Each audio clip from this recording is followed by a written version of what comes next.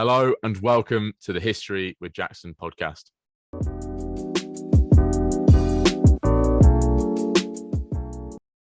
Hi everyone. Today we are joined by Peter Stiffell, who is a PhD candidate from the University of Kent, and he is an up-and-coming expert in the iconography of Mary I. So you're really in for a treat today, guys. How are you doing, Peter? Thank you very much for coming on. I'm very well, thank you, Jackson. Hello, everyone. It's a pleasure to be here. Oh, it's a pleasure to have you on. You know, for those who don't know, I met Peter when I was in first year at uni, and he was passing on the History Society. So we've come a long way from there, but it's very cool. Yeah, no, and it just grew and grew and grew. It's fantastic.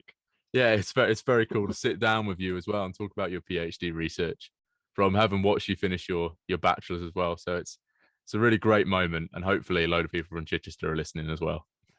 Thank you. You know, we've got to boost Chichester. Yeah, great university. Great university. Definitely go to it. They should promote this podcast. So, your research into Mary I and her iconography will, of course, take you to paintings and portraits. How important are paintings to a layman? You would just be looking at a portrait and painting, going, "Okay, that looks nice." But how important are paintings, and what can we learn from them?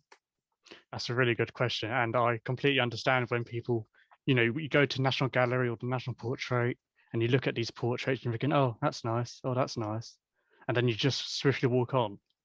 The trick is to stand there and just stare. If you just stare just for 5-10 minutes, really go into the detail, and you suddenly understand, well, hang on a minute, this person's, they're dressed like this. Well, what's that representing? How are they posed? And, if you go to country houses, where in the country house are they positioned? There's this famous correspondence during Elizabeth's reign, when she turns up to this house, and as soon as she walks in the door, there's this portrait of Philip II staring right at her. And this is during the Troubles, so to speak, whereas her portrait was behind the door. So there's this whole power struggle, even in portraiture, at that stage. And then if we go back to Mary's reign, there's this lovely correspondence in 1556, just when their marriage is, it's a bit rocky, Philip's not coming back to England anytime soon. And I'm just going to quote this thing that people were talking about. When she, the Queen, heard that Philip, her husband, was not to return, in a rage, she caused the king's pictures to be carried out of the privy chamber, and she, in a wonderful storm, could not be quieted. Now, a bit of context here. The portrait that they're thinking of was in the privy chamber, so it's your main office, so to speak. There was probably a picture of Philip and of Mary, which represents them if they're not there. So for Mary to order his portrait to be taken out of the privy chamber, and what's funny about this story is there's two versions of it. She either orders it to be carried out, or she kicks it out. So that power, the presence of Philip no longer being there, it's showing that his power is no longer valid in England, at least at that moment. She is the monarch, she's the sovereign. He's just a foreign king.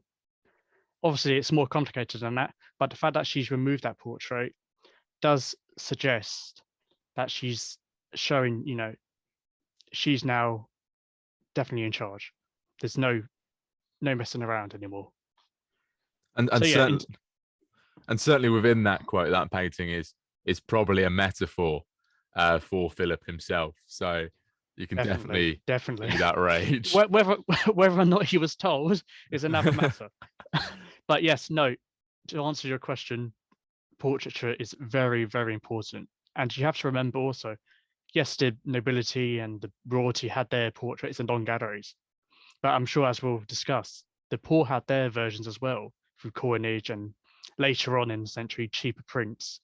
And, so the image of the monarch is very telling. And you touch upon Mary there. So we've looked at why paintings are important. You touch upon Mary. Now, I think we're guilty within this country of having a differing perception to Mary, as to say what you would as an expert. what is this common perception of Mary that's within the public, and how much different was that common perception today to the contemporary perception of Mary? That's a really good question, and it's really topical at the minute, especially this year. So if we talked about the contemporary views, they're evenly split. Obviously, the Catholic Europe and Catholics in general, they love it. They love her. She's the perfect queen. She's the savior of England. She's going to bring it back to Rome. She can't do anything wrong. She's absolutely wonderful. She's compared to the Virgin. She's compared to the New Eve. In some poems, she's compared to the Marigold, which is again a quotation to the Virgin. Protestants don't really like her. Most famously, John Knox called her Jezebel. So there is that. I'd say 3/4 are in support of her. There's that small minority, but growing minority, which don't support her. And that's sort of where it stays. Even during Elizabeth's reign, even through James I, there's that, half them love her, half them hate her. It's only until about the late 17th century, so we get to James II, and we have the whole conspiracy over him. That's when the term Bloody Mary first appears. And obviously that gains traction, and it gets stronger and stronger and stronger. And by the end of the 17th, 18th century, everyone thinks, oh, she's Bloody Mary. We can't have a Catholic on the throne, because remember what happened to Bloody Mary during Bloody Mary's times. And then that sort of concept evolves into more of a tragical figure. In the 19th, 20th centuries, they think, oh, okay, she may not have been that bad compared to everyone else, but she's such a tragic figure because she doesn't have any children. She has a horrible life. And it's only recently, I'd say in the last, it started about 15 years ago with Linda Porter's work and some other wonderful historians. Anna Whitlock is another one. And it's only, I'd say, in the last couple of years, it's really starting to get down into the public mind. Obviously, academia, it was long before, like I say, 15 years ago, academia was starting to understand and respect Mary in the way that she was she was our first Queen Regnant in England, or crowned Queen Regnant. And it's only in the last couple of years that the public are starting to understand, but there's a long way to go. Yeah, definitely. And I can feel that change shifting at the moment, even from TV shows and work that people like yourself have been doing. Because I'm not sure about anyone else, but I definitely grew up with that perception of that cool, like cruel, harsh Mary that was portrayed by the horrible histories. So maybe Terry Deary has a lot to answer for. No, I was brought up with Bloody Mary. Everyone knows about Bloody Mary, and I know lots of people don't like the Tudors, the TV show, but it does do a very good job of showing Mary in a new light, in the light that she probably was. Yes, all right, she maybe made a few mistakes, but she was a woman of her time, and the rest of her family made the same mistakes. So we can't really judge one for doing something and the others praising it for it. It's judge them all equally. Yeah, that's a nice way, really nice way of putting it. I like that. Now, Mary comes to the throne in the eyes of some people as a usurper, in the eyes of other people as the rightful heir to the throne, Henry VIII's rightful heir. But she has a massive task at the beginning of her reign to kind of put across this image of herself. So what was this image that Mary was trying to convey? Yeah, no, that's I'd say a lot of people didn't really see her as a usurper because everyone knew that she was the daughter of him. She was the eldest daughter. Whether or not the marriage was legitimate, depending which side of the argument you were on. But everyone acknowledged, yes, after Edward, she's the heir. Obviously, you have that issue with Lady Jane Grey and Northumberland. But on the whole, like during that conspiracy, Catholics and Protestants both agreed Mary's got the better claim. She's the true Queen of England. So if you'd allow me, I'd like to show you some images, which were the first couple of images during her reign. And I think they really show the power of imagery as a whole. Perfect. So this is a wonderful portrait. I absolutely love this portrait. This is by Hans Eworth, and it's currently in the Society of Antiquaries. You can see it, can't you? All good. Perfect. Yep. So this is in the Society of Antiquaries. So if you're around that area, you can visit it. I think it's free. It's a wonderful portrait, and we believe it's painted in 1554. Now, as you can clearly see, this is Maria Regina, shall we say? It's not Mary Tudor, Maria Regina. She's in her golden gown. She's in a triangular notion, and this symbolizes her fertility. You have the triangular notion here, triangular notion here, and it's pointing to her womb. So she's saying, I can bear fruit. I can bear a legitimate Catholic heir. Here you have the Tour cross, and now this cross was Catherine of Aragon's. So she's symbolizing, her motherhood, also motherhood, but also her lineage. She is the daughter of Catherine of Aragon, the granddaughter of Ferdinand and Isabella of Castile, and also it shows her, Catholic religion. Here we have the pillar. Now this pillar is used in a lot of Habsburg iconography and a lot of European iconography as a whole, and this links to the Virgin as well. There's a lot of paintings by Raphael and a lot of the Renaissance artists, which always depict a pillar during the Annunciation. So in this portrait, not only is Mary announcing that she's queen, but she could be announcing, a new start. Here, it's time to make afresh. And if we look at some other portraits on the charters, now on the left is probably one of the first images of Mary that we have. And this is part of a charter. It's in Canterbury Cathedral, actually. So if you're a member of the library, you're free to have a look at it yourself. And this is a letters patent to Thomas Hewitt on the 6th of November, 1553. And again, as you can see, Mary's crowned. She's wearing a lot of ermine, which is symbolizing her symbolic role as queen. She's holding the scepter and the orb. Above, it's Vivat Regina, her initials, MR. And it's really interesting, actually, because even though there's this image of Mary, the actual document has the seal of her brother still, Edward VI. So there's this whole discussion about how important are images. Well, in terms of this document, this is showing that Mary is now the queen and Edward is not, because obviously seals take longer to produce than drawings. And I guess the most famous portrait at the beginning of her reign is this one on the right for the Michaelmas 1553 King's Bench roll. And this is, we believe, it's made by Lavina Turlink, and it was commissioned by Clement Tusser, who was a Falacier and clerk of the King's Bench at the time. But this tells us the story of that fateful week with Lady Jane Grey and the rebellion. So here we have Mary being told that either Edward, her brother, has passed on, or that she is now queen. We have the two angels in blue and red, which also symbolize the Virgin and the Annunciation, because the Virgin's always depicted in blue and the angel Gabriel was normally depicted in red. So this merging of two colors could symbolize that. Obviously, we can't prove that, but it is quite interesting to note that. On the right here, we have Northumberland's army, and Northumberland giving up. He's surrendering at that famous battle. Well, it's not really a battle because there was no blood shed, but it's Northumberland accepting his defeat and then his army proclaiming Mary as queen. And obviously in the center, we have Mary enthroned in her coronation robes. She's holding the sword of justice and her scepter, the angels either side of her, the order of the garter, and the holy dove above, symbolizing the Holy Spirit. So she's shown as God's anointed queen. And I guess this is the symbol that Mary's trying to produce at that time. She's a legitimate monarch, she's a Catholic monarch, and she's also a woman. So she's our first queen.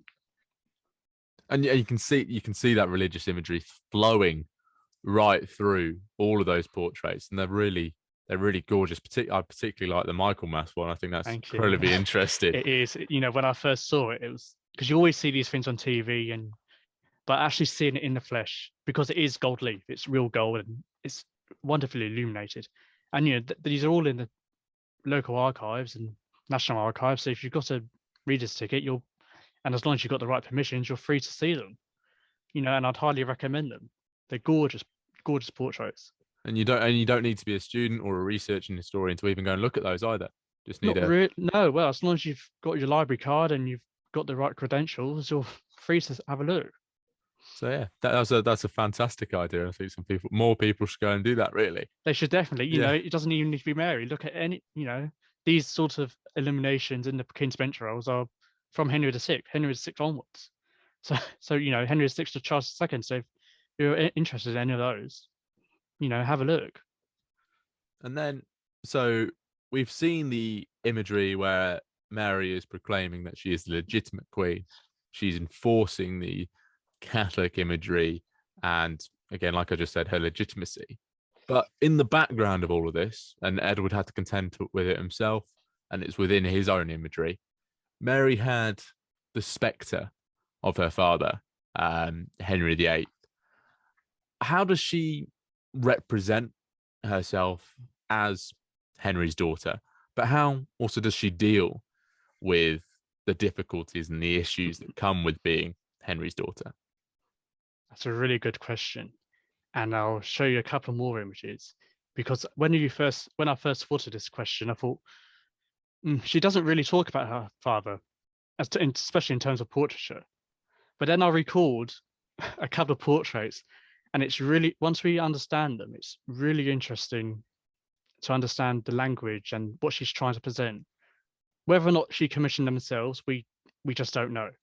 We think the Eworth one she probably did commission, but some of the others we, like with most things, we just don't know. But it would be nice to think, or maybe she did do it. So if we look at this next one, if we compare the one I spoke about earlier, Hans Eworth's 1554 portrait, and as everyone knows, if you think about Henry VIII, you automatically think of this pose. This portrait's at Petworth House, which you're free to visit. If you compare the two, look at them. Henry is in his stance, his masculine stance, his legs apart, his shoulders wide, staring right at the viewer. Compare that to Mary. She's in that triangular notion. Her skirt opens up as if she's in her legs apart stance. Her shoulders are quite wide. Her gown, her sleeves are quite wide. So it's, again, she's filling the room just like her father.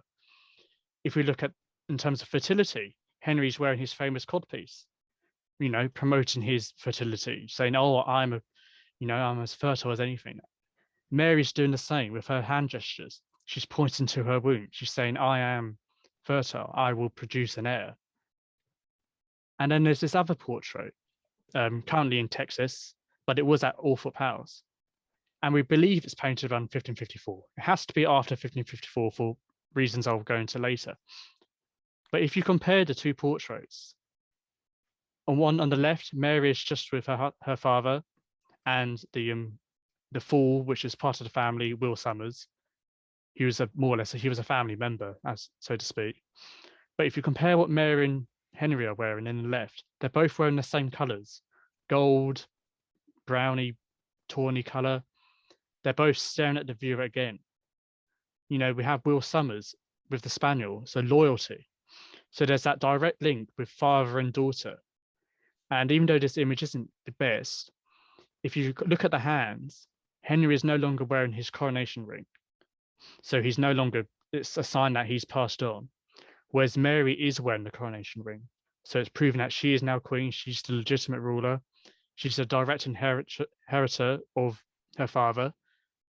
And then if we look to the right, and this portrait is currently at the British Library for the Elizabeth and Mary Queen of Scots expedition. So if you have not gone there, I would highly recommend it, even if it's just for this portrait. It is gorgeous, but it is very small. I was surprised how small it was.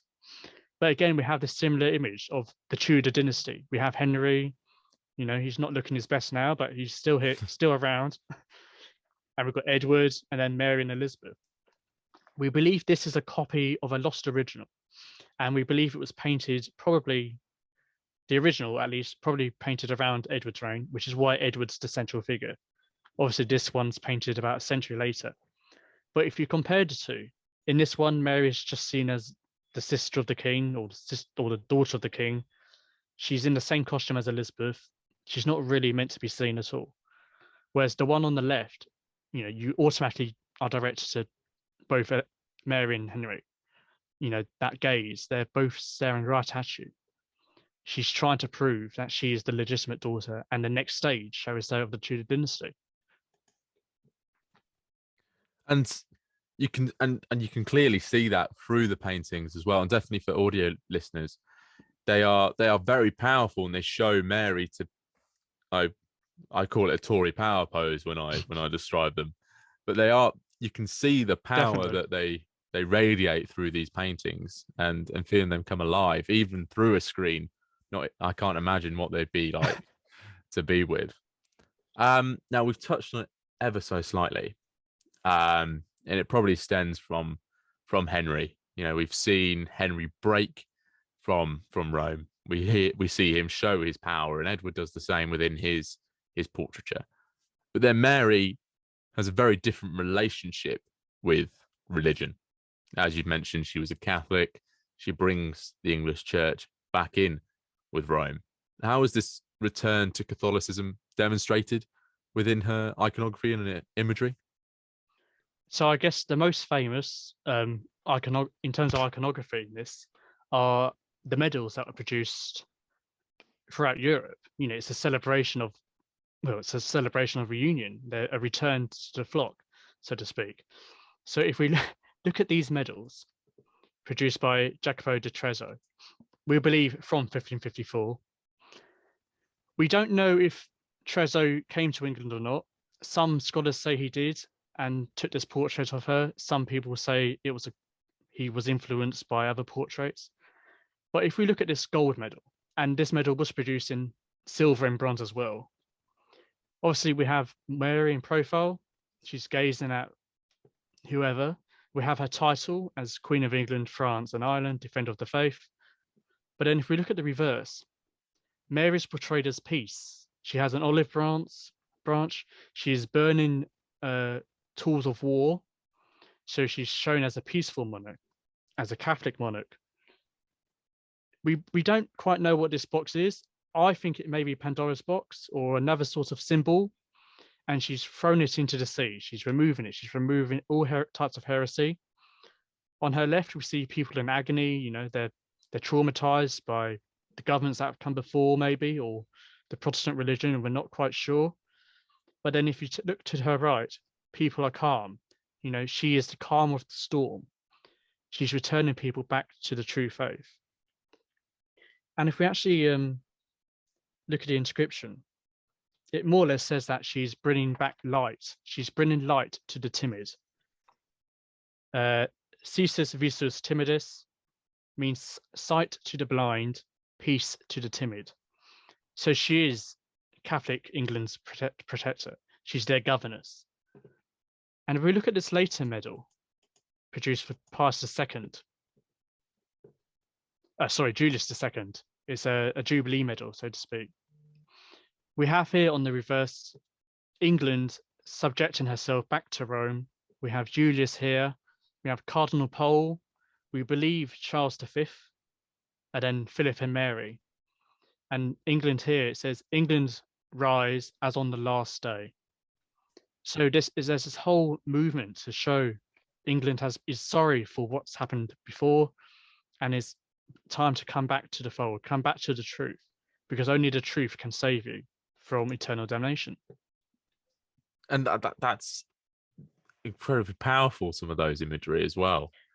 Definitely. And, you know, these medals were produced, there's hundreds of them all over Europe. And even in these last medals, she's not shown as some meek and mild damsel in distress. She's shown on par with the other major kings and emperors of Europe. Exactly. Which is, again, really quite incredible for one of the first queen regnants of Europe. Yeah, you know, she's had a good example from her grandmother and her aunts. You know, in terms of Europe, Spain and the Habsburg Empire in general are very used to females being queens in terms of their own right, queen regnants.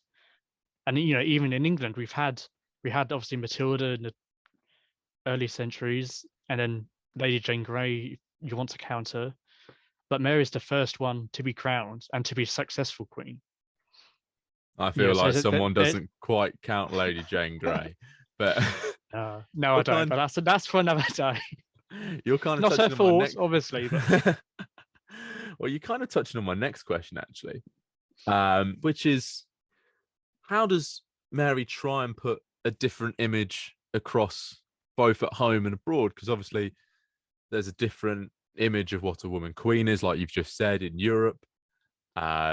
She's got very little examples to draw upon in England, and the last queen wasn't particularly successful or present. So how does Mary deal with these issues, and what is she trying to say within her imagery at both home and abroad? That's a really interesting question. And the answer may surprise you. It may not surprise you. But you would think, oh, in terms of Europe, they'd be absolutely fine with it. You know, she's a queen regnant. Everyone knows what a queen regnant is. She'll be crowned and all sorts of things. But it's quite the opposite. And it's mainly due to her marriage to Philip. So obviously, once she's married to Philip in July 54, in terms of Europe, yes, she's a queen regnant. She's queen in her own right in terms of England and the other nations. But she can't overshadow Philip because he is, well, he will be the future king of the Habsburg Empire. So he has to be the priority. So if we look at a couple of windows that are throughout the empire, it's very interesting. And not many people do know about these windows. So if we look onto the left, this window in St. Janskers in Gouda, it was designed about, well, we think 1557, and it's part of this whole imagery. There's, like it says, the King's seventh window. So there's a lot more windows showing the Habsburg dynasty and in all their glory. But if we look at here, here's Mary. She's as a consort here. Philip is in front, which is, you know, it's expected because not only is he a king and a male, but it is his empire. You know, it's his land. So even though Mary was queen of the land as well, she has to be seen as a consort. She can't overshadow Philip. But they wear similar crowns. They wear similar outfits. You know, really the only difference is that she was a girdle and a skirt, whereas he's in armor. He's shown his warrior past. Whereas if we look to the right with Cornelius Vandel's window, around the same time, 1556, and you know there was this big building program in terms of stained glass during this time, which is really interesting, all around similar areas.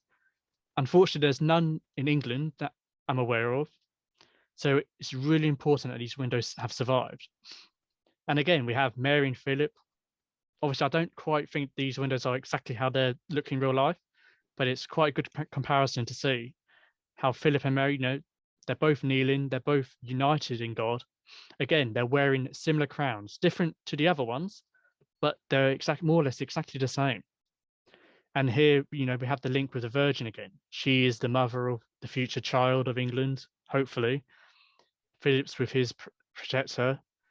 But what is of notice, and I'm not sure if it's important or not, but above Mary, we have a bit of blue sky within this darkness. Philip has no blue sky. So it's showing Mary's virtue as a wise ruler, as a pure ruler, as a female ruler, perhaps, linking again to the Virgin.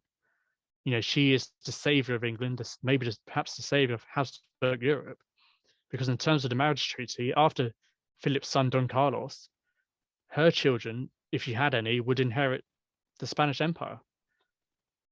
So then if we look at the most famous portrait of Mary, I mean, everyone knows this portrait. It's you know, it's probably the only portrait the general public know about her. This portrait by Antonius More, painted November 1554. You know, everyone thinks, oh, how doesn't she look cruel? Doesn't she look like a bride? She doesn't look like a queen at all. Well, this is very in tune with Habsburg iconography as a whole.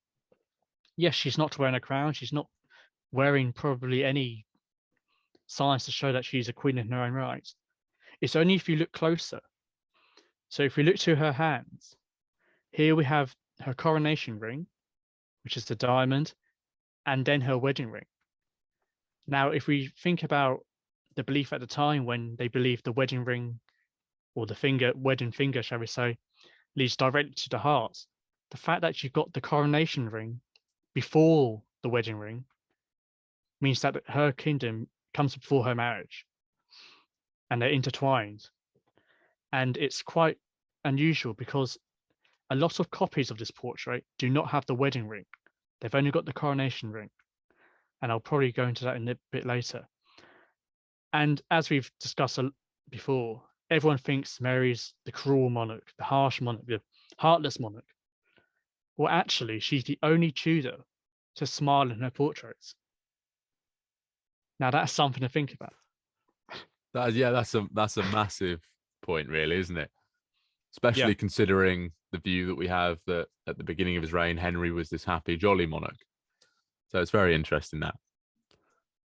Exactly. Yeah. So just to clarify, these two contemporary copies, one at the Marquess of Northampton's collection and one at the Isabella and Stuart Gardner Museum. The Isabella and Stuart Gardner Museum, we do believe it may actually have been Mary's own copy, because she gave it to a loyal supporter in around 1557. The Marquess of Northampton's collection, we're not quite sure yet who originally owned it. Originally, I thought it was the Marquess of Northampton, but I've just read an article this week suggesting otherwise. So I will keep you updated with who we think originally owned this. But again, you can see it's the same pattern. So we believe it's by Moore or one of his workshops. But if we look at the hands, as I've said earlier, there's no wedding ring, only her coronation ring. Now that's important. Why isn't the wedding ring presented here if these are painted after the initial portrait? I will leave that question to you. Well, we'll leave the viewers to Exactly. also comment I'd love as well. to know I'd love to know your opinions. Why? What's going on here? And maybe you can get involved with some research with Peter, guys. Yeah. Yeah, please do. I'd love to know other different opinions. I have my own theories, but it's always nice to know what everyone else thinks. And then, of course, we've just had Mary, and you've touched on Philip, who might form part of my theory on that ring conundrum. Obviously, they're married, and their iconography and the way that represented in portraiture becomes entwined. But how does the way that both of them are represented, both at home in England and abroad or at home in Spain, does that change, or are they started to be represented in certain ways? So I guess the most common form that they're represented is in coinage, and I'll probably link to Isabella and Ferdinand with this as well, because it is very important. So if we look at this coin, when it shows up,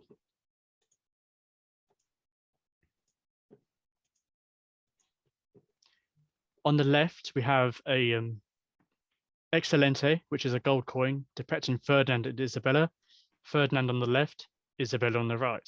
Now, if anyone knows their Spanish history, we all know who wore the trousers in that relationship. It was Isabella.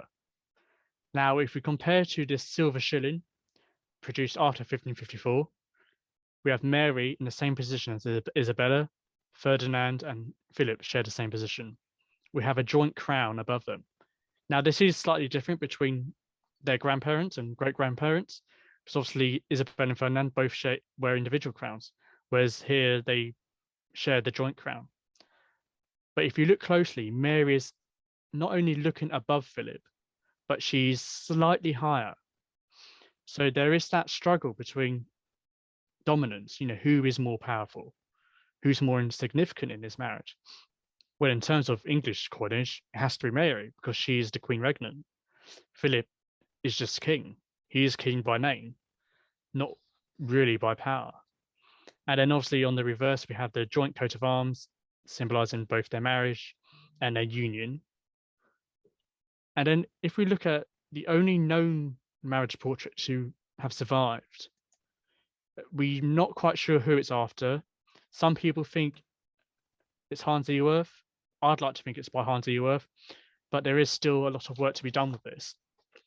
Again, Mary is on the dominant side, the left. Mary on the right, Philip on the left. Mary is the only one sitting down.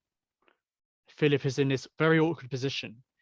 And there are a couple of theories as to why this is. Perhaps it was how the portrait was originally hung, so he doesn't really look this bad if the portrait was hung properly.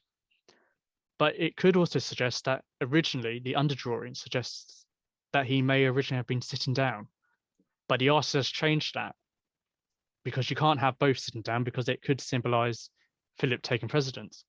Whereas if only Mary is sitting down as the monarch, she's not going to stand up for anyone. Philip as the consort, he has to stand for his queen. And again, at the bottom, we have two spaniels which show loyalty. So they're loyal to the, they are loyal. They show their union. They're happily married. So yeah. And then if we look at some other English documents, again, we're going back to the King's Bench rolls. This power struggle, so to speak. Their first illuminated document together after the marriage is the Michaelmas 1554 roll. Mary is in the dominant position. She's in the left side, Philip on the right. Mary wears parliamentary robes, so she's showing she's a parliamentary monarch. Philip is in gold, which just symbolizes wealth. Mary wears more ermine than Philip. Again, she's more powerful, she's more important. They're both individually crowned, and Mary holds the scepter and orb. Philip just holds a sword. Now, some people have suggested that the sword means Philip's in charge because he's the male, he's going to go to war, he's the king. And that's a very good point. As the king, as the male, he's going to go to war. Mary's not expected to go to war. But the sword only shows military symbolism. He's only, he's a king, he's the justice maker. Mary's holding the scepter, royal authority. She's the one really in charge. And then this topic, it continues. Mary continues to hold the scepter, Philip with the sword, even when the joint crown becomes a thing. The crown's normally, in most of these documents, always closer to Mary. And Philip always seems to be looking at Mary, and Mary not always looking at him. Even if we look at this Hilary roll, she's not quite looking at her husband. And again, she's wearing more ermine. This does change later on, after Philip becomes King of Spain in his own right, after his father's abdication, whereas they swap positions. But again, Philip's only holding the sword, Mary's holding the scepter. The crown does seem to be more aligned in the middle during this period. Obviously, each role is different, so I don't have time to go into it, but there's a lot of differences and different viewpoints on this during this period. And then again, here's a lovely one for the Easter term, which a lot of people sometimes use to show that Philip's in charge, but really, he's not really, because Mary's still holding the scepter. There's no link to say that Philip's the king. And at this point, he wasn't even in England. So it's kind of hard it's kind of hard to suggest that someone's in charge when they're not even present at that point. Exactly. There are arguments to say that these were made to try to bring Philip back. But the very nature of these roles is that he wouldn't have even seen them. I mean, most likely he would not have seen them. So why make the efforts? And even during this period, and I haven't got time to show you today, but there's lots of roles which have the roles back to how it was, with Mary on the dominant side and Mary bigger, and and there's some with just Philip on, sometimes some with just Mary on. So there's this whole struggle on our different artists or different commissioners decided, well, how do we decorate these? Who do we present? It must be a very difficult struggle, considering I don't think anyone from the royal family had married someone of as high a status for such a long time, possibly ever. Yeah. I mean, this is the only time we've ever had before William and Mary, later on in the next century, this is the first time we have a dual monarchy as such, And there's this wonderful historian, Gonzalo, who's just, he's wonderful work. And this concept of Philip being a king's consort is sort of outdated. We can't really describe it because he is a king. He is a king and does have authority, but she's also a queen and a king. So but we have two monarchs at the same time. Whether or not one had more power than the other, in terms of documents, they both have exactly the same power. Whether that's a good or a bad thing, it's up to debate. But it's the only time we've ever had this, because even with William and Mary in the next century, William was the dominant one. This is the only time we've had two monarchs who are actually monarchs. It's an incredibly fascinating area of history as well. As a political historian, I find it incredibly fascinating, these different diplomatic ties and international relations, even for a period where that's not really applicable to the term. But Philip, he's an interesting character.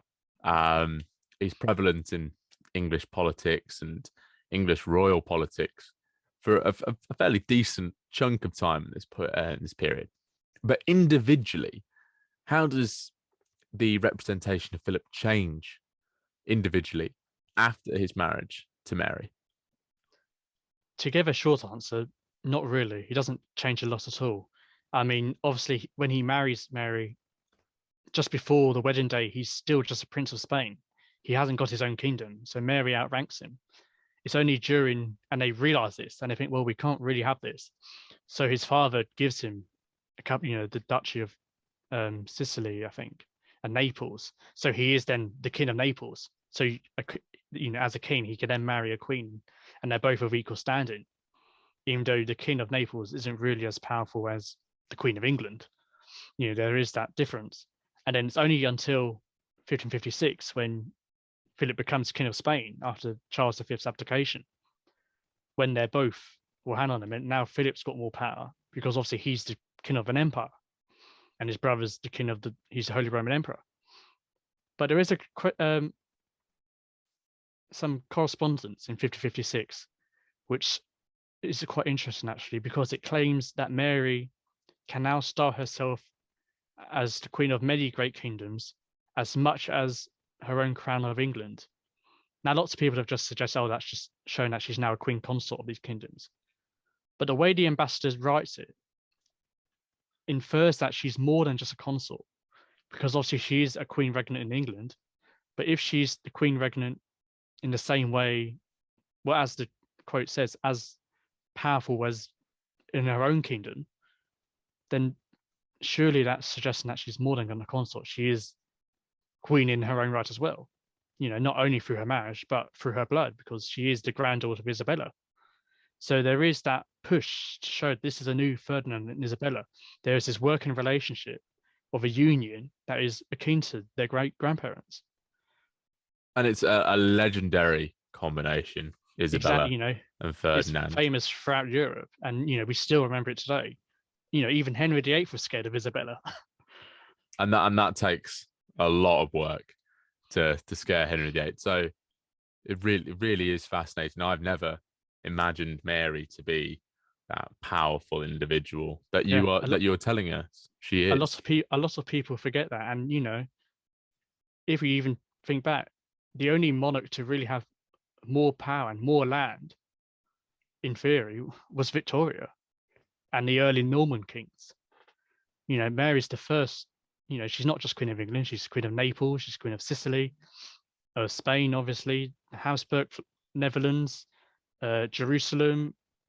There's bits of Austria. There's Tyrol. The list goes on. It's a It's truly massive kingdom or empire. exactly, and if she did have a child, that child would have inherited Flanders, if not Spain.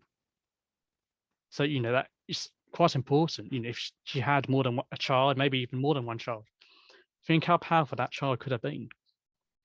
Could have been the beginning of a new Catholic age for Europe, Well, which is exactly. fun. A new empire as such. So it shows just how important Mary was to English history, or possibly to European history. Now, you mentioned a child, Peter. Mentioned a child, and it does allude to my next question. Doing really well at this. In the later stages of 1554, Mary believes, or you believe, that Mary was pregnant at this time. What led you to make this judgment, and how do you think this is represented? So I think everyone accepts she was pregnant in the first time, 1554, because all of the ambassadors say she's pregnant. They say, oh, she's great with child. The pregnancy is going to put a stop to all this difficulty. The Spanish ambassador writes to Charles saying, there's no doubt that she's with child. The child moves and she's bigger and she's producing all the symptoms of pregnancy. And in the Antonius More portrait, she wears a very loose gown. and we believe she was pregnant at that point. Now, there is, obviously, people think it's just a phantom pregnancy, but there is a report later on, and I need to verify it, but someone discusses how the Queen gave birth to a lump. Now, a lot of people think, oh, it's just rumor, we don't need to think about it really. But all rumors start with a bit of truth. So someone obviously discussed this. And I thought, oh, it's just a lump, it's just whatever, it's just made up. But it's only once I started reading the work of Karen Hearn, and she talks about how miscarriages they used to call them lumps, because that's just a terminology at the time. So then thinking back to that reference, the Queen gave birth to a lump. Well, it may be derogatory, it may just be rumor. But if it is true, then she had a miscarriage. The later pregnancy, 57, probably was either a phantom pregnancy or the cancer that finally killed her off. But I think she was definitely pregnant the first time. Obviously, we can never prove it. But it would be nice to think, she wasn't just mad. She wasn't just imagining this. Yes, it's a terrible thing that happened, but she wasn't the crazy queen that people see in TV shows and dramas, with her being hysterical. She's not the Mary that Kathy Burke represents in the Elizabeth film. She's not crazy. She's not nuts. People generally believe she was pregnant at that time. And that's a really big claim there. And if that did happen, there are, like you've just said, there is explanations for certain traits and certain events, and it could possibly change our perception of Mary, like you're setting out to do. And I think you're doing a good job as well. I am reading some of your tweets, so don't worry about it. Thank you. Now, imagery wise, going back to the imagery wise, moving away from her pregnancy, Mary and Philip, you've mentioned before, they have a rocky relationship. It ebbs and flows. How does the imagery between or representing Mary and Philip change and evolve as the nature of their relationship changes and evolves? That's a really good question. Like I showed in the other images, a lot doesn't really change. Obviously, you have the early images which just show Mary, and then as soon as she's married, she's still the dominant partner. And then 1556, the roles seem to reverse, but that's not truly what happened. There's lots of ifs and buts, and a lot of different images show different things. So I guess the best way to show is probably through coinage and through the seals. And again, some of these images a lot of people don't really know about. And it is really interesting to then look at this chronology, see what's happening. Whether or not it was done on purpose is another question. So if we first look, 1553, she's just inherited the throne. These are two wonderful images, actually. So we have a gold sovereign, which is one of the most expensive denominations there is. And you have Mary, she's enthroned, she's wearing her coronation gown, she's wearing her orb and scepter. You have two pillars either side of her, which is showing truth and stability. It gets her title. Her lineage is then represented with fleur-de-lis and the English coat of arms. And then for the more common coinage, the silver groat, again 53 to 54. And we know this was produced then because there's no mention of Philip at all. It's just got Mary. So Mary, by the grace of God, Queen of England, France, and Ireland, defender of the faith. And on the obverse, we have her motto, Veritas Temporis Filia, truth is the daughter of time. But again, you can see Mary's, she's in profile picture. She has her crown. She's wearing loose hair, showing her virginity. She's wearing pearls. And she's wearing this crucifix or cross. It may be the same cross depicted in the Hans Eva portrait. We just don't know. She's wearing a open gown, as you can see. So again, it's showing her virginity. She's not married yet. If we then look at some other coins, this golden Ryle, she's sitting in a boat, Her initials M is there. Again, she's crowned, holding the sword of justice. She's holding her shield. She's shown that she's a warrior queen, and she's the captain of the ship. She's shown stability. Again, this silver penny, it's showing her in profile. She's wearing the crown, loose hair. Quite a different dress. We're not quite sure what this dress is because of the damage. I need to have a look at it properly to see if we can try to work it out. But it does show there's lots of different designs. The silver shilling, again, another design based on the others. The closed imperial crown, loose hair, pearls, necklace, open gown. Maria Regina with different crowns and the harp. Again, it's the same. Veritas Temporis Filia, Truth is the daughter of time.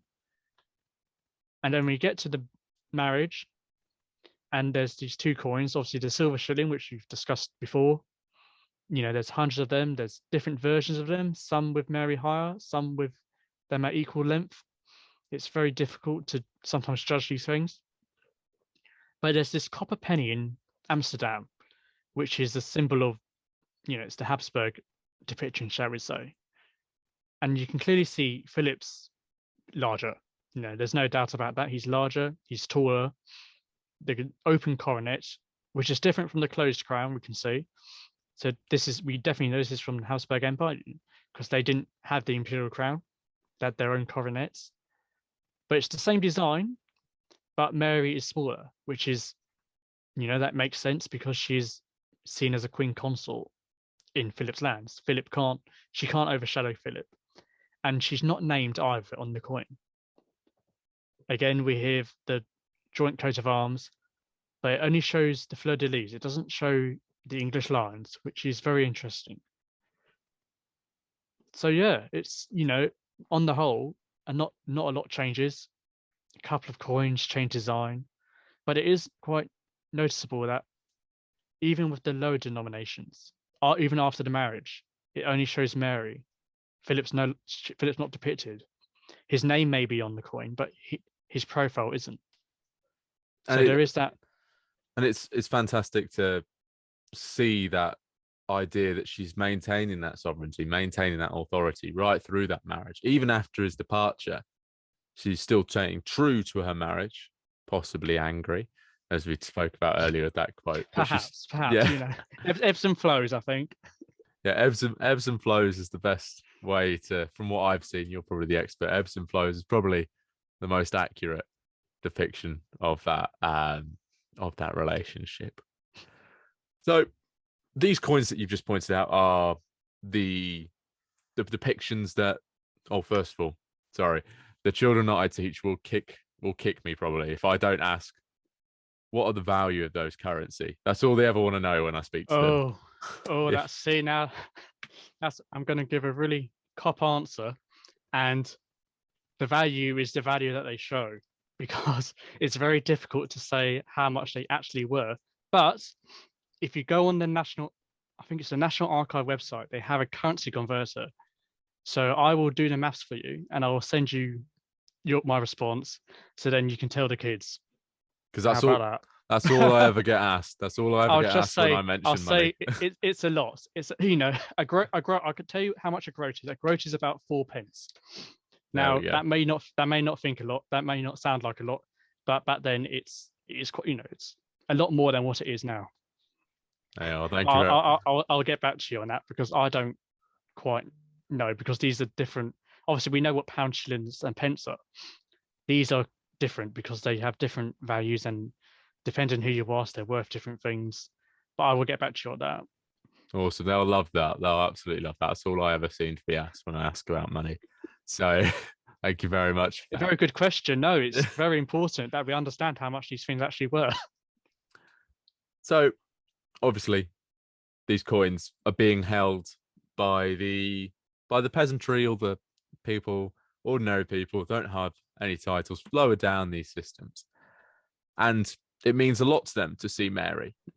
But then the aristocracy, they have the portraits of Mary. The peasantry or the ordinary people have these coins for one reason, just to pay and buy. And they can look at Mary and Philip as they kind of pull these coins out. But why did the aristocracy have portraits of Mary? You know, what was important about them owning these portraits and displaying these portraits, and like you said, where they put them? Yeah, no, that's a very good question. I mean, the cheap answer is the aristocracy can afford to. They can afford these luxury items, these paintings, these miniatures. You know, they can be gifts for people.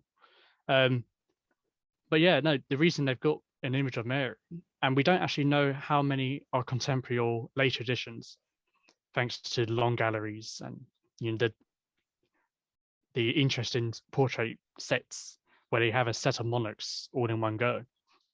But yeah, no, it's mostly to show loyalty, to show heritage, to show lineage, to show, you know, this is my history.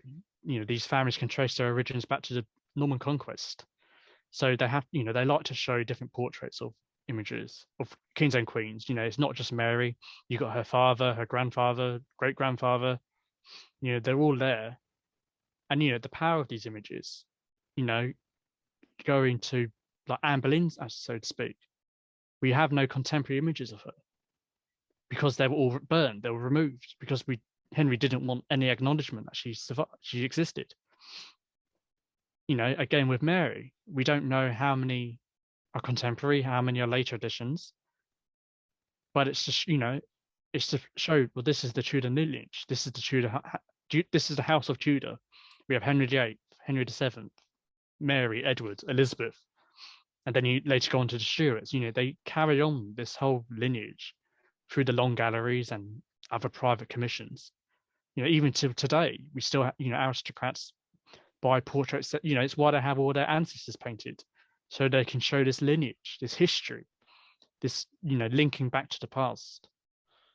And in terms of coinage, well, you know, actually, I'll show you this coin because this could show some interaction with the original owner. So if we look here, this silver penny, there's this hole and it's been deliberately made. It's not by accident. It is man-made. So this penny may have been a medallion at some point or some lucky token. Why the owner made it, we don't know. Was the owner given it by someone? Was it a good luck charm? You know, there's all these questions we have to ask ourselves. How many people held these coins? Did people look at the images? Were they important? Obviously, for this person, this coin must have been important because the hole isn't even, it's not defacing Mary, it's on the side. So it's not a sign of rebellion against her.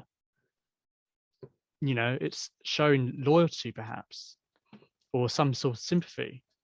And linking to that, there's a lovely reference in the state papers, which you're all free to see as well, when they talk about rebellions and how they rebel against Mary. And there's one, what's the word? There's a reference when they say the reason that we know when there was this rebellion in the later period, the reason that we know these people were involved with each other is because they had cut a coin, and the instigators and the leaders of the rebellion each gave a piece of coin to their soldiers and to their friends and that. So we know coinage does have a part to play in all this. You know, it's a lot more important than we realize. That's because I've never thought of currency and coinage in that way. It's only recently where we begin to talk about whose faces should we have on the new 10, 20 and 50 pound notes, where I've started to realize the importance and the power of exactly. You know, a lot of people don't really look into it, but they do mean something, you know, and we are probably starting to understand that more often now. You know, we're going back to how it used to be. And possibly naivety has led to us believe, well, they just stamp the face on and that's how it's always been. So that's exactly. why we do it. You know, you have to, you know, it's why it's still, I think, still a criminal offense to deface pound notes and pound coins because you're defacing you can't deface the monarchy. You know, it's a criminal offense. Now, we've touched on almost every part of Mary's iconography. We've looked at before her reign, we've looked at during her reign, during her marriage to Philip, after her and Philip have kind of flowed in their relationship. It's not been the greatest of points. His absence. We've looked at her imagery with the peasantry and the ordinary people and the aristocracy. But there is one part which I'm quite interested in, and it is her relationship with France. Now, obviously, this claim comes from Henry V.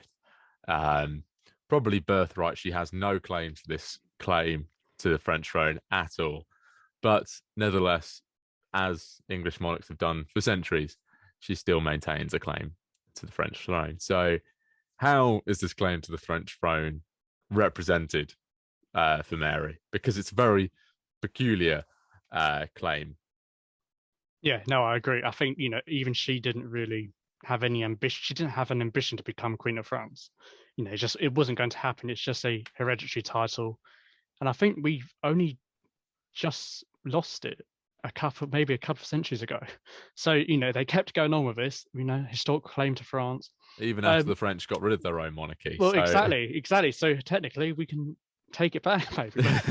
But it's the only claim. The only way that she really shows is probably the fleur de lis, but that could link to France, but it also linked to the Virgin as well. So she doesn't really push for this. Understandably. Yeah. There's no conspiracy really. Maybe if she'd won the war in 57, 58, we could be having a different conversation. But because she was close. Well, Philip was very close to taking France. If he just pushed on, he could have done it. Could is always the favorite word of historians. So, Peter, here's your final fun question, as we always do here on the History of Jackson podcast. What is your favorite portrait of Mary I? That's a really, really good question. And I've got to pin you to one. I've been thinking about it for ages and ages. So in terms of portrait, well, I'm going to give you a long-winded answer for this. So in terms of portraiture, I used to hate Antonia Small's famous portrait. After actually looking into it and, zooming in onto the portrait, I have a lot more respect for it and I do enjoy it. I also like Hans Ewerth's portrait, which was the first image. But I guess the image which I love the best is actually something it may not have been made at all because she died prematurely. But it's the seal design for 1558. Now, I think we briefly discussed it, but I'll quickly go over it. So we have 3 different seals designs for Mary. We have this early one, which I'll show now, 1553. Obviously, she's not married yet. Mary's enthroned. We have the coat of arms, her Tudor house. She's crowned. She looks very much like the Michaelmas role with her coronation gown. She's riding a horse, showing stability.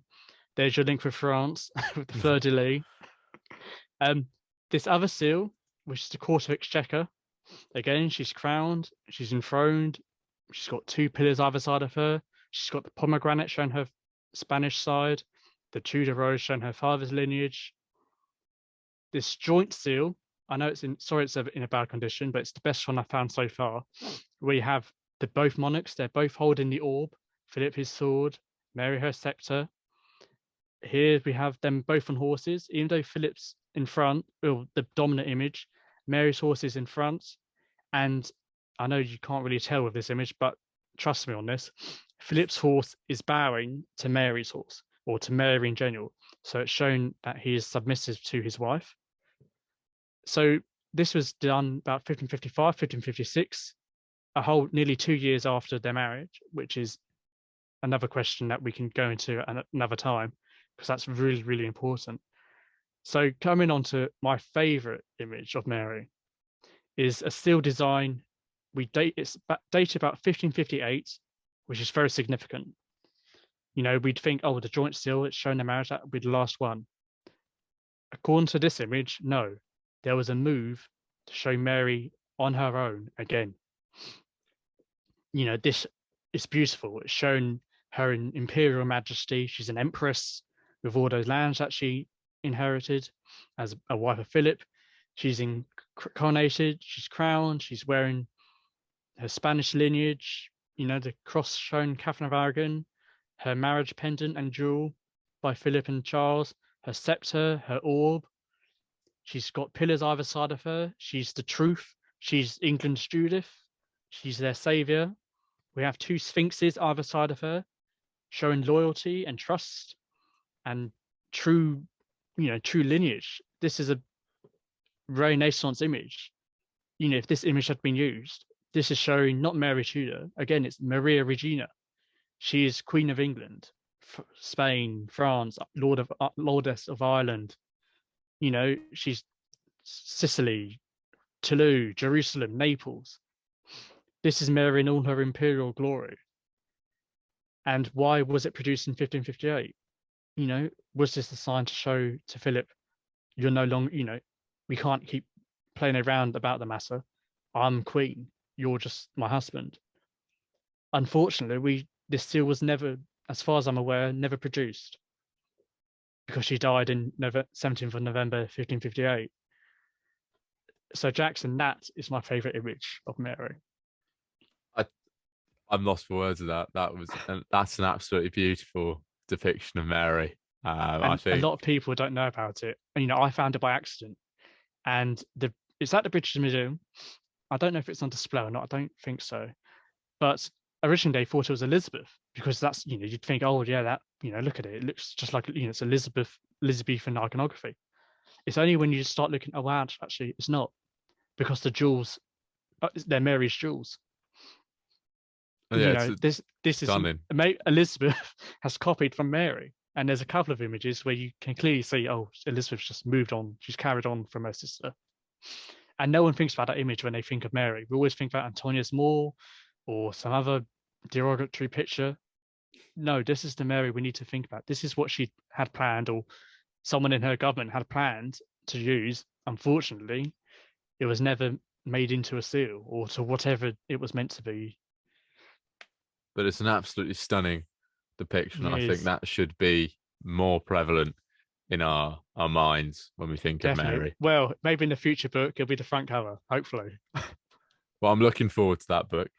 But firstly, before your book, which books do you recommend to our readers so they can, not readers, we're on a podcast, to our watchers readers and listeners?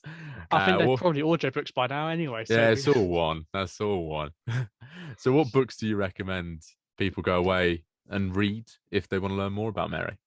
So there are loads of wonderful publications about Mary that have just been off the press. There's this new volume coming out later in the year by Valerie Chute. It's a 2-volume, talking all about Mary and bits of our iconography, her letters, her writing, and I think it's later in this year.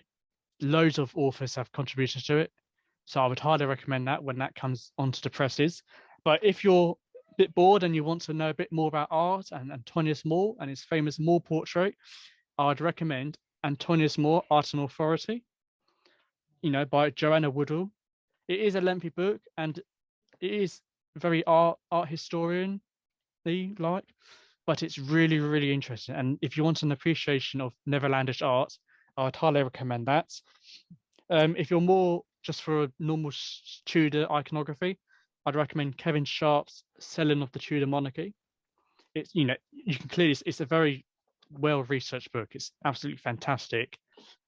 And I guess other books, you can just go online, go on state papers online, and you can see the actual documents for yourself on your computer screen. There are later transcriptions to help you if you can't read the writing, which I still can't, so don't worry about that. They are very, very good, very messy handwriting, but it's all done for a reason. So yeah, no, go on state papers online. Some of the other books I've looked at. Franny Moyles, The King's Painter, talks all about Holbein, and it's just off the press. It's fantastic. I'd highly recommend it. And if you want to look at portraits in general, just go to the British Library, because they've got their Mary and Elizabeth exhibition on at the minute, and just look at other catalogues, because there are so many portraits no one's talked about in so long. And yeah, they're my book recommendations. Also, and they all look absolutely fantastic. And I've seen quite a few of them prop up with good reviews on online as well. So Peter's recommended some fantastic books there. Now, finally, Peter, where can people find you and your research online? Yep. So the best place is probably Twitter. I'm quite famous on there at the minute, I think, after a couple of tweets. But yeah, no, go on Twitter. I think it's Stiffell 97 or something like that. I don't actually know, but I'm sure you'll be able to find it if you go on Jackson's links and follow through Jackson. But yeah, follow me on Twitter. Yeah, that's probably the best place. Awesome. And all those links will be in the description below. So thank you very much, Peter. Thank you for coming on the podcast. And I look forward to seeing everyone again. If you enjoy this podcast and you enjoy listening to Peter, please make sure to leave a like, review, and subscribe. And go and find Peter online because Peter's research needs to be out there a bit more. Okay, guys. So thank you very much for listening, and I'll talk to you all later.